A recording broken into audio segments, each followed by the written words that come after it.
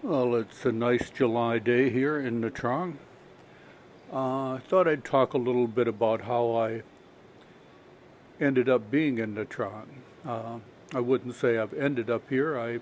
This is just part of the journey through life. But um, over the last, say, 10 years or so, I realized retirement was drawing closer, and I wanted to live somewhere near an ocean, and also I realized I'm going to need to live somewhere relatively cheaply. So I read a lot of articles about cheap places to retire abroad.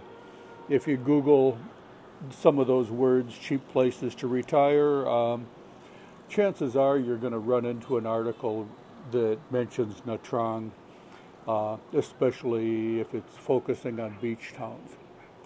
I believe I first heard of Nha Trang in an article comparing Nha Trang and Hua Hin, Thailand. Uh, and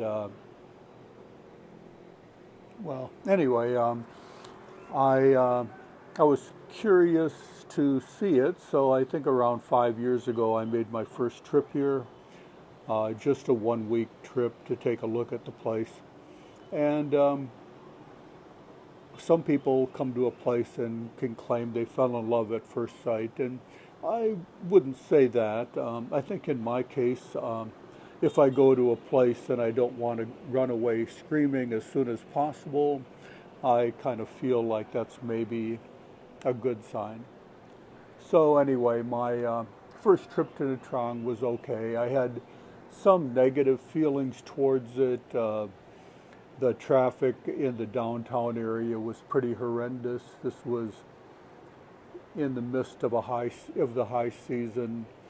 Uh, Lots of tour buses and pretty much non-stop motorbikes going by on the beach road, Tran Phu Street, and crossing Tran Phu Street much of the day was a pretty formidable task because there didn't seem to be many stoplights. And even when there are stoplights, I believe motorbikes have the right to continue straight ahead. So you pretty much have to be on your toes when crossing the street. Um, Also, the beach itself is nice and long, but it slopes into the water very quickly. So before long, you're over your head, uh, which I don't mind. I'm quite a good swimmer, but it's a bit rougher water, fairly rough water on that section of the beach. I think because it's such an open beach that you get a lot of wind there and more waves than some other places. Um, anyway, yeah, I spent a week here. I did a couple of scuba trip, or not scuba, but snorkeling trips out to the islands, and beautiful islands offshore, definitely. Went to the beach pretty much every day. Um, And it was okay. It wasn't a place that I would say I'd never come back to, but I pretty much forgot about it for about 3, 4 years. Um, I didn't really have a major urge to rush back here. Um, I did, as I was getting much closer to retirement, I did decide to take another look at Nha Trang, and that was partly or mainly, I would say, because I had thought Thailand was a likely retirement spot. And then Thailand started talking of requiring health insurance for retirement visas. And as you get up around 70, especially over 70, you're going to find that getting health insurance is not exactly easy, especially if you had any pre existing conditions. So the cost of insurance definitely takes a jump after the age of 70. Many insurance companies don't even want to deal with anyone of that age. So I looked at Nha Trang again I'd say about 2 years ago. 2.5 years ago maybe. Again, just for a week. And I stayed in the main beach area. Although this time I started looking into the real estate, rental properties, and I noticed a pretty common thing was that the relatively reasonable apartments in my price range that I thought I would be willing to pay, like in the $300 to $400 a month range. They tended to be in the north and often in this very same building, not in Sinia Bay, which you're looking at now, but in the one that I happen to be in called Muang Thon. So I came up here and I didn't go in and look at any apartments. I thought it was a little premature to do that, but I did look at the outside of the building. Rather formidable 40-story building with several towers. I'm going to guess there's at least 5 towers of 40 stories, which kind of makes it like a little city in itself. And before the pandemic, it had numerous restaurants and coffee shops and hair salons, massage places right in the building or on the ground floor of the building. What did strike me probably the most promising about the area was this particular beach. If you can see, the water's a little darker in places, and that is a bit of a rock and coral reef. And there's another one to the south of the building, which I can't get on here. I think you can see maybe the start of it down below. Anyway, so the difference with this beach is it's a relatively small bay, protected on both sides, so you don't really get the wind and the waves that the main beach of Nha Trang gets. On the other hand, you don't get that much of a sandy bit of beach. I believe the one in the main beach goes on for kilometers, maybe 6 or 7 kilometers, like say 4 miles, uninterrupted, whereas this one only goes to about here before you're running into a wall there. So it's a very compact beach here, but it certainly is a better one for swimming in my estimation. The water's quite calm, and if you like to put on a mask and snorkel and get out, it has a very major advantage over the main beach. Okay, so I did that trip here, and I thought, okay, I kind of like this area of Nha Trang better. The traffic is way less, and very compact area. So my next trip here was, maybe 6 months later when I had my next longer vacation, and I just came for a week, but I did rent an apartment in this building, Muang Thon, for just a week. And I thought it's a good idea to see what an apartment is actually like. I mean, you never know if you're going to have really paper-thin walls and neighbors who are screaming and things like that. And how comfortable the bed might be, whether the air conditioning works. So I stayed a week, and I was quite impressed by the apartment. And at that time, the weather was good. I think it was in August, and I was out snorkeling regularly. And for a place right offshore on the mainland to be able to walk across the street, get in the water, and go snorkeling, I was amazingly impressed.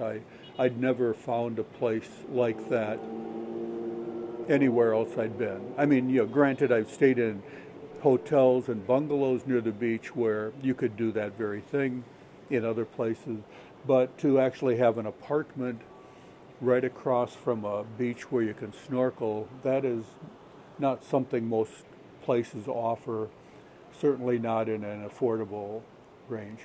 So my next trip here was after I'd retired, and I I came here with couple of bags, and it wasn't like necessarily going to be a long-term thing, but I did want to spend a couple of 2 or 3 months here.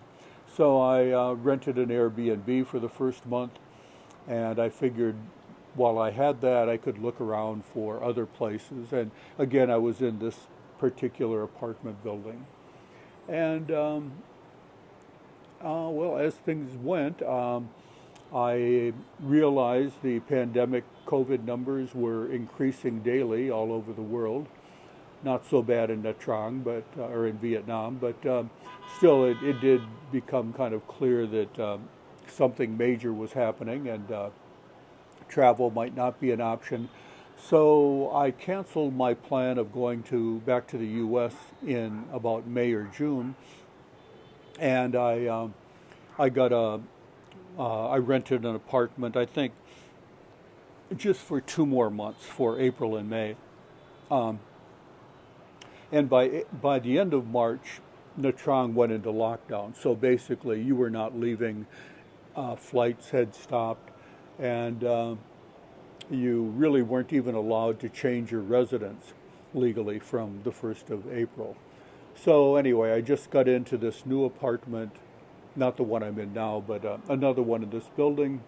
I believe I was paying for that one 350 US dollars rent a month, plus maybe I think utilities were maybe closer to $50 because I had to pay the condo or the management fee, whereas the place I'm in now is cheaper rent, about $240, and the realtor, the owner, pays the management fee. One of the big advantages of the pandemic has been how much prices have been decreased. So anyway, I've been here longer than planned. I've moved apartments a few times, all in the same apartment complex. I am in a different building, different tower than the first places I'd stayed, and it wasn't. Well, it was partly because rents kept decreasing, so and also I was looking for a slightly nicer place. Like this particular apartment I'm in now with this view probably would have been $400 or $450 before the pandemic, whereas I was paying $350 in the other building with kind of a limited view of the sea. I didn't mind it, but it was basically the same size, 2 bedroom, long kitchen, dining, living room area combined. Uh, so yeah, so it turns out that they kept the country kept allowing foreigners to stay longer on visa extensions, and I've been taking advantage of that since my first 90-day visa extension expired June 1st. And so that was kind of how I ended up in Nha Trang, and why I happened to be here almost a year and a half after arriving. Uh, how long I'll stay remains to be seen because visa extensions are granted month to month now, and there's a lot of uncertainty whether each month will be the last month they do that. Uh, so anyway, that was kind of how I ran into Nha Trang in my first few trips, and I do think if you're thinking of retiring abroad, it's not a bad idea to visit different places and spend a little bit of time there, and even if you can get an idea of where you might want to stay in a particular apartment building, it's a pretty good idea if you can rent Airbnb or even hotel booking agencies often will rent apartments in these buildings. Rent it for a week or even a few days, and you'll get a much better idea of what you're getting into before you sign for a several month lease. Oh, anyway, that's my advice for would-be retirees in Vietnam or anywhere.